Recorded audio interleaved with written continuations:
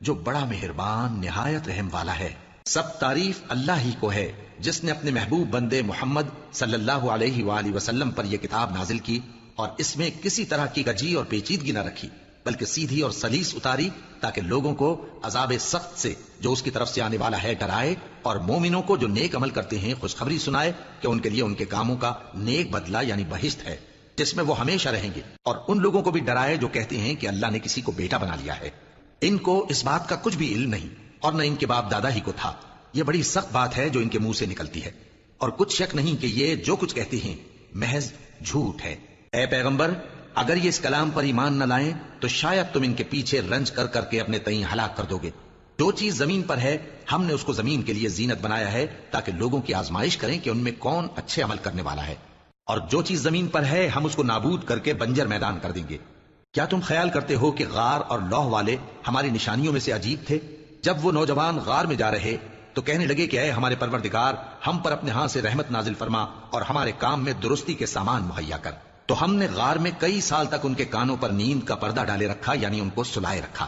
پھر ان کو جگہ اٹھایا تاکہ معلوم کریں کہ جتنی مدت وہ غار میں رہے دونوں جماعتوں میں سے اس کی مقدار کس کو خوب یاد ہے۔ ہم ان کے حالات تم سے صحیح صحیح بیان کرتے ہیں۔ وہ کئی نوجوان تھے جو اپنے پروردگار پر ایمان لائے تھے، اور ہم نے ان کو اور زیادہ ہدایت دی تھی، اور ان کے دلوں کو مربوط یعنی مضبوط کر دیا۔ جب وہ اٹھ کھڑے ہوئے تو کہنے لگے کہ ہمارا پروردگار آسمانوں اور زمین کا مالک ہے، ہم اس کے سوا کسی کو معبود سمجھ کر نہ پکاریں گے۔ اگر ایسا کیا تو اس وقت ہم نے بے عقلی کی بات کی۔ ان ہماری قوم کے لوگوں نے اس کے سوا اور معبود بنا رکھے ہیں، بھلا یہ ان کے معبود ہونے پر کوئی کھلی دلیل کیوں نہیں لاتے؟ تو اس سے زیادہ کون ظالم ہے جو اللہ پر جھوٹ باندھے؟ اور جب تم نے ان مشرکوں سے اور جن کی یہ اللہ کے سوا عبادت کرتے ہیں ان سے کنارہ کر لیا ہے تو غار میں چل رہو، تمہارا پروردگار تمہارے لیے اپنی رحمت وسیع کر دے گا اور تمہارے کاموں میں آسانی کے سامان مہیا کرے گا۔ اور جب سورج نکلے تو تم دیکھو کہ دھوپ ان کے غار سے داہنی طرف سمٹ جائے، اور جب غروب ہو تو ان سے بائیں طرف کترا جائے، اور وہ اس غار کے کشادہ حصے میں تھے۔ یہ اللہ کی نشانیوں میں سے ہیں، جس کو اللہ ہدایت دے وہ ہدایت یاب ہے، اور جس کو گمراہ رہنے دے تو تم اس کے لیے کوئی دوست راہ بتانے والا نہ پاؤ گے۔ اور تم ان کے متعلق خیال کرو کہ وہ جاگ رہے ہیں حالانکہ وہ سوتے ہیں، اور ہم ان کو دائیں اور بائیں کروٹ بدلاتے تھے، اور ان کا کتا چوکھٹ پر دونوں ہاتھ پھیلائے ہوئے تھا۔ اگر تم ان کو جھانک کر دیکھتے تو پیٹ پھیر کر بھاگ جاتے اور ان سے دہشت میں آ جاتے۔ اور اسی طرح ہم نے ان کو اٹھایا تاکہ آپس میں ایک دوسرے سے دریافت کریں۔ ایک کہنے والے نے کہا کہ تم یہاں کتنی مدت رہے؟ انہوں نے کہا کہ 1 دن یا اس سے بھی کم۔ انہوں نے کہا کہ جتنی مدت تم رہے ہو تمہارا پروردگار ہی اس کو خوب جانتا ہے، تو اپنے میں سے کسی کو یہ روپیہ دے کر شہر بھیجو، وہ دیکھے کہ نفیس کھانا کون سا ہے تو اس میں سے کھانا لے آئے، اور احتیاط سے آئے جائے اور تمہارا حال کسی کو نہ بتائے۔ اگر وہ تم پر دسترس پا لیں گے تو تمہیں سنسار کر دیں گے یا پھر اپنے مذہب میں داخل کر لیں گے، اور اس وقت تم کبھی فلاح نہیں پاؤ گے۔ اور اسی طرح ہم نے لوگوں کو ان کے حال سے خبردار کر دیا تاکہ وہ جانیں کہ اللہ کا وعدہ سچا ہے، اور یہ کہ قیامت جس کا وعدہ کیا جاتا ہے اس میں کچھ شک نہیں۔ اس وقت لوگ ان کے بارے میں باہم جھگڑنے لگے اور کہنے لگے کہ ان کے غار پر عمارت بنا دو، ان کا پروردگار ان کے حال سے خوب واقف ہے۔ جو لوگ ان کے معاملے میں غلبہ رکھتے تھے وہ کہنے لگے کہ ہم ان کے غار پر مسجد بنائیں گے۔ بعض لوگ اٹکل پچو کہیں گے کہ وہ 3 تھے اور چوتھا ان کا کتا تھا، اور بعض کہیں گے کہ وہ 5 تھے اور چھٹا ان کا کتا تھا، اور بعض کہیں گے کہ وہ 7 تھے اور 8واں ان کا کتا تھا۔ کہہ دو کہ میرا پروردگار ہی ان کے شمار سے خوب واقف ہے، ان کو جانتے بھی ہیں تو تھوڑے ہی لوگ جانتے ہیں۔ تو تم ان کے معاملے میں بحث نہ کرنا مگر سرسری سی بحث، اور نہ ان کے بارے میں ان میں سے کسی سے کچھ دریافت ہی کرنا، اور کسی کام کی نسبت نہ کہنا کہ میں اسے کل کر دوں گا، مگر انشاءاللہ کہہ کر، یعنی اگر اللہ چاہے تو کر دوں گا۔ اور جب اللہ کا نام لینا بھول جاؤ تو یاد آنے پر لے لو، اور کہہ دو کہ امید ہے کہ میرا پروردگار مجھے اس سے بھی زیادہ ہدایت کی باتیں بتائے۔ اور اصحاب کہف اپنے غار میں 9 پر 300 سال رہے۔ کہہ دو کہ جتنی مدت وہ رہے اسے اللہ ہی خوب جانتا ہے، اسی کو آسمان اور زمین کی پوشیدہ باتیں معلوم ہیں، وہ کیا خوب دیکھنے والا اور کیا خوب سننے والا ہے۔ اس کے سوا ان کا کوئی کارساز نہیں، اور نہ وہ اپنے حکم میں کسی کو شریک کرتا ہے۔ اور اپنے پروردگار کی کتاب کو جو تمہارے پاس بھیجی جاتی ہے پڑھتے رہا کرو، اس کی باتوں کو کوئی بدلنے والا نہیں، اور اس کے سوا تم کہیں پناہ بھی نہیں پاؤ گے۔ اور جو لوگ صبح و شام اپنے پروردگار کو پکارتے اور اس کی خوشنودی کے طالب ہیں ان کے ساتھ صبر کرتے رہو، اور تمہاری نگاہیں ان میں سے گزر کر اور طرف نہ دوڑے کہ تم دنیاوی زندگی کی رونقوں کے خواستگار ہو جاؤ۔ اور جس شخص کے دل کو ہم نے اپنی یاد سے غافل کر دیا ہے اور وہ اپنی خواہش کی پیروی کرتا ہے اور اس کا کام حد سے بڑھ گیا ہے، اس کا کہا نہ ماننا۔ اور کہہ دو کہ لوگوں یہ قرآن تمہارے پروردگار کی طرف سے برحق ہے، تو جو چاہے ایمان لائے اور جو چاہے کافر رہے، ہم نے ظالموں کے لیے دوزخ کی آگ تیار کر رکھی ہے جس کی قناتیں ان کو گھیر رہی ہوں گی، اور اگر فریاد کریں گے تو ایسے کھولتے ہوئے پانی سے ان کی داد رسی کی جائے گی جو پگھلے ہوئے تانبے کی طرح گرم ہوگا اور جو ان کے چہروں کو بھون ڈالے گا۔ ان کے پینے کا پانی بھی برا اور آرام گاہ بھی بری، اور جو ایمان لائے اور کام بھی نیک کرتے رہے تو ہم نیک کام کرنے والوں کا اجر ضائع نہیں کرتے۔ ایسے لوگوں کے لیے ہمیشہ رہنے کے باغ ہیں جن میں ان کے محلوں کے نیچے نہریں بہ رہی ہیں، ان کو وہاں سونے کے کنگن پہنائے جائیں گے اور وہ باریک دیبا اور اطلس کے سبز کپڑے پہنا کریں گے اور تختوں پر تکیے لگا کر بیٹھا کریں گے۔ کیا خوب بدلہ اور کیا خوب آرام گاہ ہے۔ اور ان سے دو شخصوں کا حال بیان کرو جن میں سے ایک کو ہم نے انگور کے 2 باغ عنایت کیے تھے اور ان کے گردا گرد کھجوروں کے درخت لگا دیے تھے اور ان کے درمیان کھیتی پیدا کر دی تھی۔ دونوں باغ کثرت سے پھل لاتے اور اس کی پیداوار میں کسی طرح کی کمی نہ ہوتی، اور دونوں میں ہم نے ایک نہر بھی جاری کر رکھی تھی، اور اس طرح اس شخص کو ان کی پیداوار ملتی رہتی تھی۔ تو ایک دن جبکہ وہ اپنے دوست سے باتیں کر رہا تھا، کہنے لگا کہ میں تم سے مال و دولت میں بھی زیادہ ہوں اور جتھے اور جماعت کے لحاظ سے بھی زیادہ عزت والا ہوں، اور ایسی شیخیوں سے اپنے حق میں ظلم کرتا ہوا اپنے باغ میں داخل ہوا۔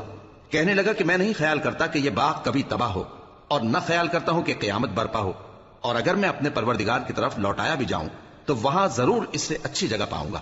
تو اس کا دوست جو اس سے گفتگو کر رہا تھا کہنے لگا کہ کیا تم اس ذات سے کفر کرتے ہو جس نے تم کو مٹی سے پیدا کیا، پھر نطفے سے، پھر تمہیں پورا آدمی بنایا؟ مگر میں تو یہ کہتا ہوں کہ اللہ ہی میرا پروردگار ہے، اور میں اپنے پروردگار کے ساتھ کسی کو شریک نہیں کرتا۔ اور جب تم اپنے باغ میں داخل ہوئے تو تم نے ما شاء اللہ لا قوت الا باللہ کیوں نہ کہا؟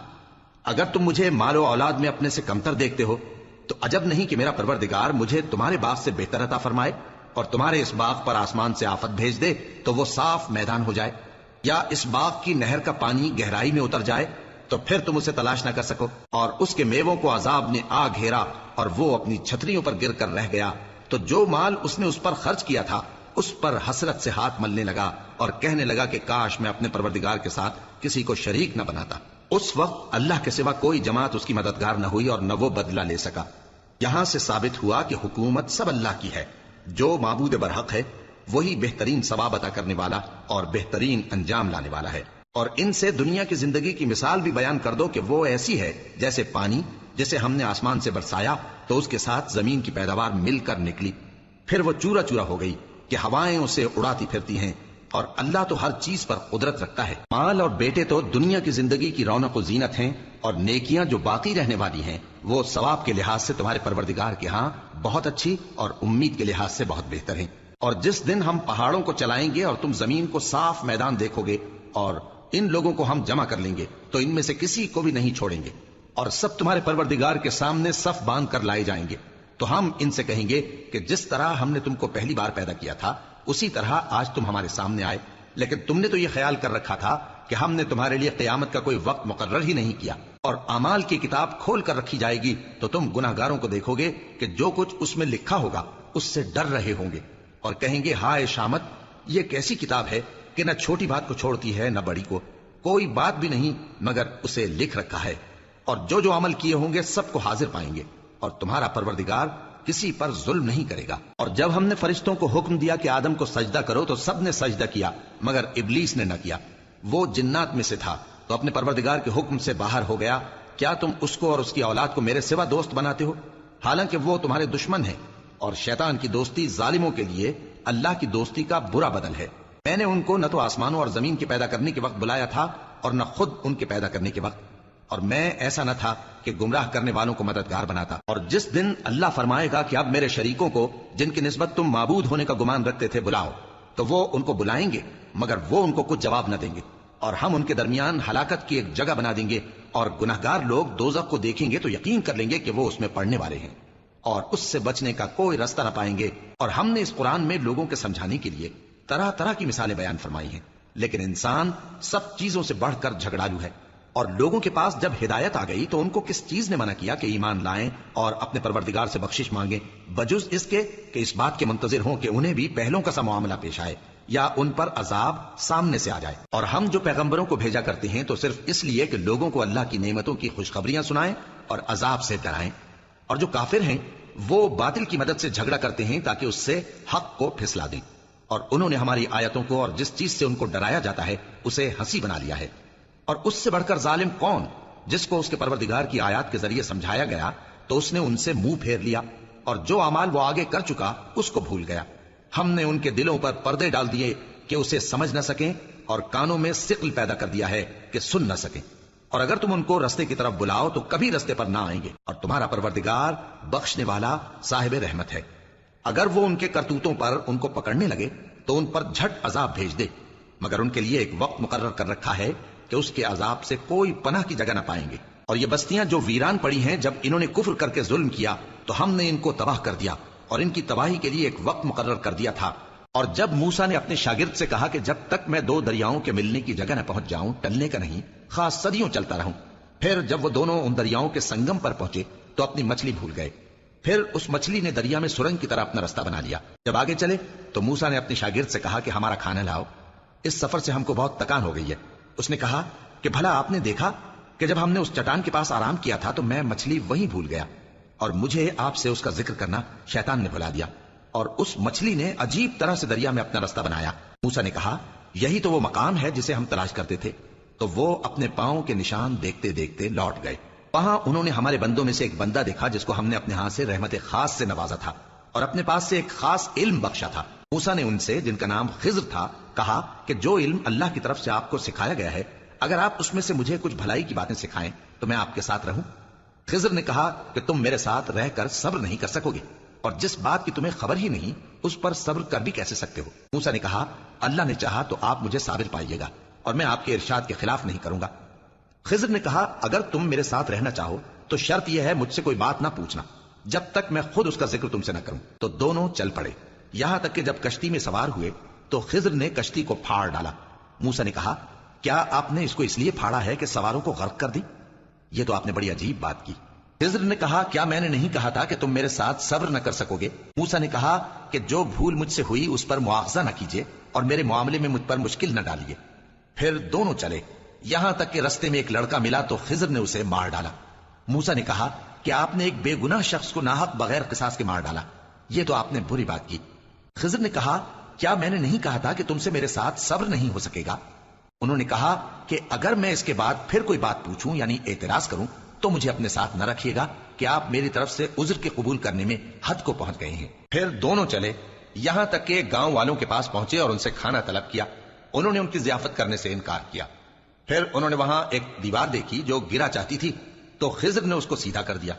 موسیٰ نے کہا کہ اگر آپ چاہتے تو ان سے اس کا معاوضہ لے لیتے تاکہ کھانے کا کام چلتا۔ خضر نے کہا کہ اب مجھ میں اور تم میں علیحدگی، مگر جن باتوں پر تم صبر نہ کر سکے میں ان کا تمہیں بھید بتائے دیتا ہوں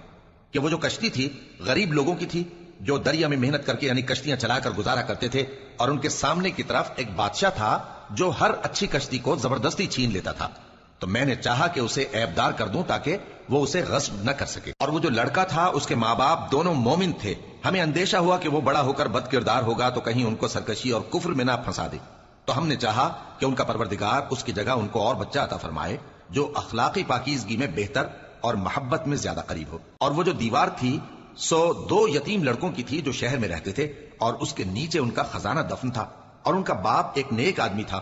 تو تمہارے پروردگار نے چاہا کہ وہ اپنی جوانی کو پہنچ جائیں اور پھر اپنا خزانہ نکالیں۔ یہ تمہارے پروردگار کی مہربانی ہے، اور یہ کام میں نے اپنی طرف سے نہیں کیے، یہ ان باتوں کی حقیقت ہے جن پر تم صبر نہ کر سکے۔ اور تم سے ذوالقرنین کے بارے میں دریافت کرتے ہیں، کہہ دو کہ میں اس کا کسی قدر حال تمہیں پڑھ کر سناتا ہوں۔ ہم نے اس کو زمین میں بڑا اقتدار دیا تھا اور ہر طرح کا سامان اس کو عطا کیا تھا۔ تو اس نے ایک سفر کا سامان کیا، یہاں تک کہ جب سورج کے غروب ہونے کی جگہ پہنچا تو اسے ایسا پایا کہ ایک کیچڑ والے چشمے میں ڈوب رہا ہے، اور اس چشمے کے پاس ایک قوم دیکھی۔ ہم نے کہا ذوالقرنین تم ان کو خواہ تکلیف دو خواہ ان کے بارے میں بھلائی اختیار کرو، دونوں باتوں کی تم کو قدرت ہے۔ ذوالقرنین نے کہا کہ جو کفر و بد کرداری سے ظلم کرے گا اسے ہم سزا دیں گے، پھر وہ اپنے پروردگار کی طرف لوٹایا جائے گا تو وہ بھی اسے بڑا عذاب دے گا، اور جو ایمان لائے گا اور عمل نیک کرے گا اس کے لیے بہت اچھا بدلہ ہے،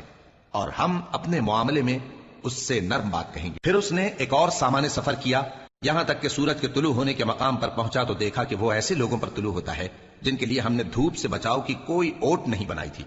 حقیقت یوں ہی تھی، اور جو کچھ اس کے پاس تھا ہم کو سب کی خبر تھی۔ پھر اس نے ایک اور سفر کا سامان کیا، یہاں تک کہ 2 اونچے سیدھے پہاڑوں کے درمیان پہنچا تو دیکھا کہ ان کے اس طرف کچھ لوگ ہیں کہ بات کو سمجھ نہیں سکتے۔ ان لوگوں نے کہا کہ اے ذوالقرنین، یاجوج اور ماجوج اس علاقے میں فساد کرتے رہتے ہیں، بھلا ہم آپ کے لیے خرچ کا انتظام کر دیں کہ آپ ہمارے اور ان کے درمیان ایک دیوار کھینچ دیں۔ ذوالقرنین نے کہا کہ خرچ کا جو مقدور اللہ نے مجھے بخشا ہے وہ بہت اچھا ہے، تم مجھے قوت بازو سے مدد دو، میں تمہارے اور ان کے درمیان ایک مضبوط رکاوٹ بنا دوں گا۔ تم لوہے کے بڑے بڑے تختے میرے پاس لاؤ۔ چنانچہ کام جاری کر دیا گیا، یہاں تک کہ جب اس نے دونوں پہاڑوں کے درمیان کا حصہ برابر کر دیا اور کہا کہ اب اسے دھوکو، یہاں تک کہ جب اس کو دھونک دھونک کر آگ کر دیا تو کہا کہ اب میرے پاس تانبا لاؤ کہ اس پر پگھلا کر ڈال دوں۔ پھر ان میں یہ قدرت نہ رہی کہ اس پر چڑھ سکیں اور نہ یہ طاقت رہی کہ اس میں نقب لگا سکیں۔ بولا کہ یہ میرے پروردگار کی مہربانی ہے، پھر جب میرے پروردگار کا وعدہ آ پہنچے گا تو اس کو ڈھا کر ہموار کر دے گا، اور میرے پروردگار کا وعدہ سچا ہے۔ اس روز ہم ان کو چھوڑ دیں گے کہ روئے زمین پر پھیل کر ایک دوسرے میں گھس جائیں گے، اور سور پھونکا جائے گا تو ہم سب کو جمع کر لیں گے، اور اس روز ہم جہنم کو کافروں کے سامنے لائیں گے جن کی آنکھیں میری یاد سے پردے میں تھیں اور وہ سننے کی طاقت نہیں رکھتے تھے۔ اب کیا کافر یہ خیال کرتے ہیں کہ وہ میرے بندوں کو میرے سوا اپنا کارساز بنائیں گے تو میں خفا نہیں ہوں گا؟ ہم نے ایسے کافروں کے لیے جہنم کی مہمانی تیار کر رکھی ہے۔ کہہ دو کہ ہم تمہیں ایسے لوگ بتائیں جو اعمال کے لحاظ سے بڑے نقصان میں ہیں؟ یہ وہ لوگ ہیں جن کی دوڑ دھوپ دنیا کی زندگی میں برباد ہو گئی اور وہ یہ سمجھے ہوئے ہیں کہ وہ اچھے کام کر رہے ہیں۔ یہ وہ لوگ ہیں جنہوں نے اپنے پروردگار کی آیتوں کو نہ مانا اور اس کے سامنے جانے سے انکار کیا، تو ان کے اعمال ضائع ہو گئے۔ سو ہم قیامت کے دن ان کے لیے کچھ بھی وزن قائم نہیں کریں گے۔ یہ ان کی سزا ہے، یعنی جہنم، اس لیے کہ انہوں نے کفر کیا اور ہماری آیتوں اور ہمارے پیغمبروں کی ہنسی اڑائی۔ جو لوگ ایمان لائے اور عمل نیک کیے ان کے لیے بہشت کے باغ بطور مہمانی ہوں گے، ہمیشہ ان میں رہیں گے اور وہاں سے مکان بدلنا نہ چاہیں گے۔ کہہ دو کہ اگر سمندر میرے پروردگار کی باتوں کے لکھنے کے لیے روشنائی ہو تو قبل اس کے کہ میرے پروردگار کی باتیں تمام ہوں سمندر ختم ہو جائے، اگرچہ ہم ویسا ہی اور اس کی مدد کو لائیں۔ کہہ دو کہ میں تمہاری طرح کا ایک بشر ہوں، البتہ میری طرف وہی آتی ہے کہ تمہارا معبود وہی ایک معبود ہے۔ تو جو شخص اپنے پروردگار سے ملنے کی امید رکھے چاہیے کہ عمل نیک کرے اور اپنے پروردگار کی عبادت میں کسی کو شریک نہ بنائے۔